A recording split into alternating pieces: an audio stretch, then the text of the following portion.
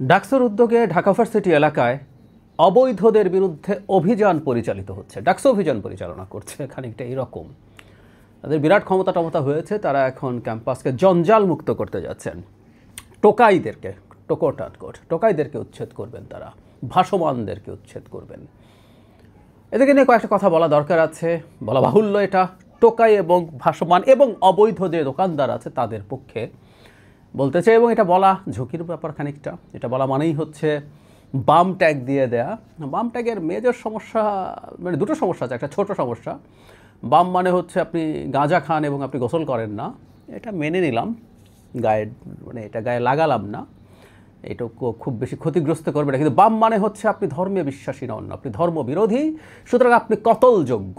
আমি যখন জামায়াত এবং শিবিরের রাজনীতির সমালোচনা করতে গিয়েছিলাম, তখন আমাকে বলা হতো আমি নাকি ঢাকা মেডিকেল কলেজে পড়াকালীন সময় ছাত্র ইউনিয়ন করতাম। ছাত্র ইউনিয়ন করে থাকলে আমার কোনো সমস্যা ছিল না। কিন্তু ট্যাগের উদ্দেশ্য হচ্ছে নাস্তিক বানানোর চেষ্টা করা। তাদের এক লোক আমাকে তো অন রেকর্ড নাস্তিক বলেছে, তাদের এক হুজুর ওয়াজ করতে গিয়ে আমাকে কাফের বলেছেন। সো এগুলো হচ্ছে তাদের কৌশল। বাম বানানো মানে হচ্ছে ধর্মহীন, নাস্তিক বলা এবং তাকে কতলযোগ্য করে তোলা। এগুলো আমরা বুঝি, তারপরও কথা বলা দরকার। মানে প্রথম প্রশ্নটা হচ্ছে ঢাকা ইউনিভার্সিটি ডাকসুকে কে ক্ষমতা দিয়েছে, কোন আইনের বলে তার ক্ষমতা তৈরি হয়েছে তারা গিয়ে এরকম সোকল্ড, তাদের ভাষায় অবৈধ দোকান, অবৈধ লোকজনকে উচ্ছেদ করা। আমি একজনকে মাটিতে ফেলে পেটাতে দেখলাম। এটা এখন না, তারা হলেও এই কাজ করেছিলেন। ডাইনিংয়ে তারা মোবাইল কোর্ট পরিচালনা করছেন, মানে এক্সিকিউটিভ ম্যাজিস্ট্রেটদের মোবাইল কোর্ট কাগজে কলমে আইনি, ওটার বিরুদ্ধেও আমরা কথা বলি। ঢাকা ইউনিভার্সিটির এত মেধাবী ছাত্ররা নিশ্চয়ই বুঝবেন কেন এক্সিকিউটিভ যে ম্যাজিস্ট্রেট আছে তাদেরকে দিয়ে মোবাইল কোর্ট পরিচালনারও বিরুদ্ধে আমরা। কেন এটা সেপারেশন অফ পাওয়ারের মূল নীতি একটা স্টেটের রিপাবলিক হয়ে ওঠার ক্ষেত্রে কীভাবে ভঙ্গ করে, এটা তারা বুঝবে না। তারা নিজেরা গিয়ে এখন মানে দেখছেন এটার মধ্যে কি আছে, জরিমানা করছেন, ওকে বাদ দিচ্ছেন, এটা করছেন সেটা করছেন, একই কাজ এখানেও করছেন। প্রথম কথাটা হচ্ছে টোকাই শব্দ। আমি দেখলাম তারা টোকাই শব্দ দিয়ে অনেকে লিখছেন, যারা ঢাকা ইউনিভার্সিটিতে পড়ছেন, ডাকসুর সাথে আছেন। এই শব্দটা ইটসেলফ ডেরোগেটরি। আমরা আওয়ামী লীগকে দেখতাম এই যে টোকাইরা গিয়ে এটা করছে, এই জুলাইতে আমরা দেখেছি টোকাই বলে তাচ্ছিল্য করার প্রবণতা। এই দেশে, এটা একটা গরিব দেশ, এই দেশে ছিন্নমূল মানুষ থাকেন, গরিব মানুষ থাকেন, কিন্তু তাদেরকে টোকাই বলে তাচ্ছিল্য করা খুবই নিচু মনের পরিচায়ক। মানে এই যে ঢাকা ইউনিভার্সিটি বলে যে একটা বিরাট অহংকার আছে, তাদের এই অহংকার, এই শব্দগুলো ব্যবহার, এই তাচ্ছিল্য প্রদর্শনের মাধ্যমে আসলে তাদের সম্পর্কে যে বার্তা দেয় তারা একটু ভেবে দেখবেন আশা করি। এই সকল টোকাইরা আমাদের প্রত্যেকটা লড়াই সংগ্রামে ছিলেন। এই জুলাইতেই তারা খুবই সামনের সারিতে কাজ করেছেন। আজকে অনেকে পেছন থেকে কী করেছেন বলে আলাপ টালাপ হয়। বাংলাদেশে বহু জায়গায় এরাই মূলত মূল লড়াইটা করেছেন। সুতরাং এদেরকে তাচ্ছিল্য করা খুবই অন্যায়। ঢাকা ইউনিভার্সিটি এলাকায় মাদকের পসার আছে কিনা, ব্যবসা হয় কিনা আমি জানি না, আমার চোখে পড়েনি, যেহেতু আমি মাদকসেবী নই। সোহরাওয়ার্দী উদ্যানে আছে বা শোনা যায় এ ধরনের ব্যবসা এখানে হচ্ছে বা হয়, সেটা নিয়ে প্রশাসন ব্যবস্থা নিতে পারে, নিশ্চয়ই পারে। সেটা প্রশাসনিকভাবে নিতে হবে। আর এটাও তো সত্য, যোগান আসে চাহিদার জন্য। সুতরাং এই চাহিদাটাও ব্যাপারে তাদেরও একটু খেয়াল রাখা দরকার, যে চাহিদাটা কেন তৈরি হচ্ছে, এবং এই চাহিদার বিরুদ্ধেও কাজ করা দরকার আছে। জরুরি প্রশ্ন হচ্ছে অবৈধ দোকান। ঢাকা শহরের একটা অবৈধ দোকান উচ্ছেদের পক্ষে আমি নই। এটা শুধু ঢাকা ইউনিভার্সিটি না, ভাবটা এরকম যে সারা দেশে থাকবে, সারা ঢাকায় থাকবে, কিন্তু ঢাকা ইউনিভার্সিটি থাকবে না, এটা হতে পারে না। আমাদের বিরাট একটা জনগোষ্ঠীর কোনো রকম কোনো কাজ আমরা নিশ্চিত করতে পারিনি, রাষ্ট্র পারেনি, শেখ হাসিনা দীর্ঘদিন পারেনি।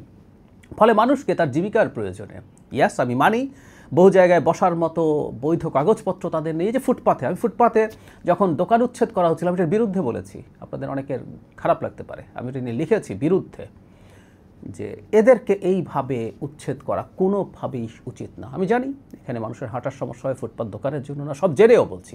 ঠিক একইভাবে অবৈধ কোনো দোকান উচ্ছেদ হতে পারে না। দেশের অর্থনীতির বর্তমানে যে অবস্থা, এই অবৈধ দোকান উচ্ছেদ ধীরে ধীরে ধাপে ধাপে পুরো শহর থেকে যদি করতে হয়, সেটা তাদের বিকল্প কর্মসংস্থান সৃষ্টির পর করতে হবে, ধাপে ধাপে ধীরে ধীরে।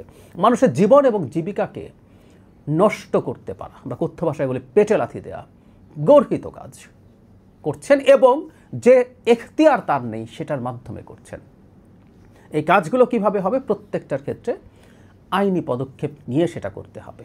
মানে হঠাৎ করে ডাকসুর মধ্যে জিতে টিতে যে সংগঠনটা বহুদিন লুকিয়ে টুকিয়ে ছিল তারা এখন বিরাট হ্যাডাম দেখাচ্ছেন, এটা হলে দেখিয়েছেন কিছুদিন আগে, এখন ঢাকা ইউনিভার্সিটিতে দেখাচ্ছেন এবং এক ধরনের ভাষা শব্দ মানে তারা বলার চেষ্টা করছেন, তাদের স্টেক হোল্ডারের একটা লিস্ট দিচ্ছেন, এর বাইরে কারোর এখানে কোনো রকম কোনো স্বার্থ নেই, কোনো রকম কোনো ইনভলভমেন্ট থাকতে পারে না।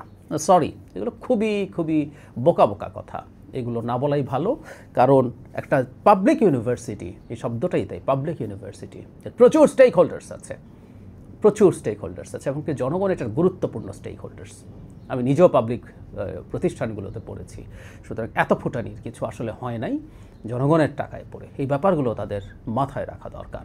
কিছুদিন আগেও একবার ওখানে গাড়ি ঢোকা নিষিদ্ধ করে দেওয়া হয়েছিল ঢাকা ইউনিভার্সিটি এলাকাতে, প্রাইভেট কার বা প্রাইভেট গাড়ি ঢুকতে পারবে না। এটা কেন হতে পারে না?